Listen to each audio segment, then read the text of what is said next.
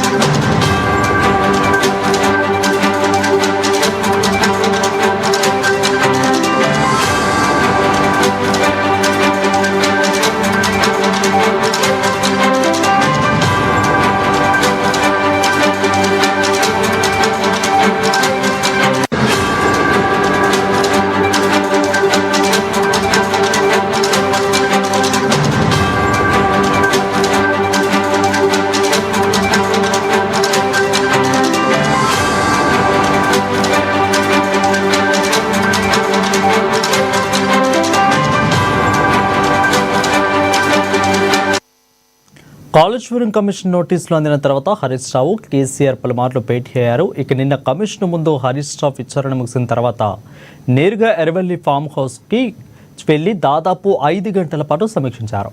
ఇవాళ కూడా కేసీఆర్తో హరీష్ రావు మరోసారి భేటీ అయ్యారు. రేపు కమిషన్ విచారణలో ఎలా వ్యవహరించాలనే అంశాలపై చర్చించినట్లు తెలుస్తుంది. ముఖ్యంగా కేసీఆర్ను పీసీ కోచ్ కమిషన్ ఏం అడగబోతుంది, గులాబీ బాసు ఏం చెప్తారనేది ఉత్కంఠగా మారింది.